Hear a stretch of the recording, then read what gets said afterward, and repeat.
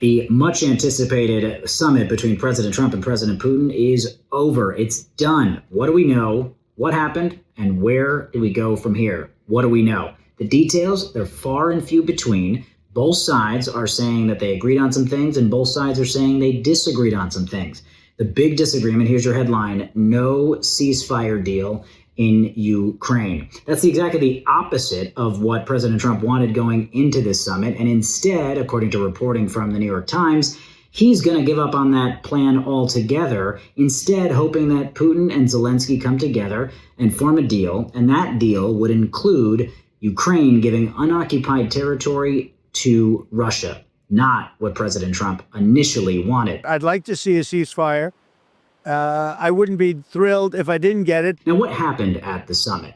The only thing we can tell is from what we saw on TV and how it unfolded. We saw some B-2 bomber flyovers. We saw a red carpet rollout for President Putin. And we saw one of the most interesting moments in presidential politics: President Putin getting in the back seat of the beast, the presidential motorcade, and having a laugh in the back seat, talking with President Trump. And that might have been the only, as far as we know, the only one-on-one meeting the two leaders had. The rest of the time, it was a 3-on-3 meeting with 2 other aides to President Trump and 2 aides to President Putin sitting in on the meeting. And also, we had a press conference that wasn't really a press conference. These two shook hands after about 15 minutes of statements, and they just did not take any questions from the press, even though they're shouting these questions at them. So you can't really call it a press conference, but it was a very interesting sight to see these two leaders not taking any questions. Now, where do we go from here? We already know that President Trump has spoken to President Zelensky, and he's spoken to several European NATO leaders,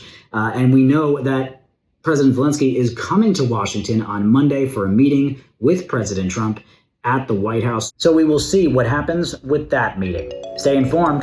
Follow now.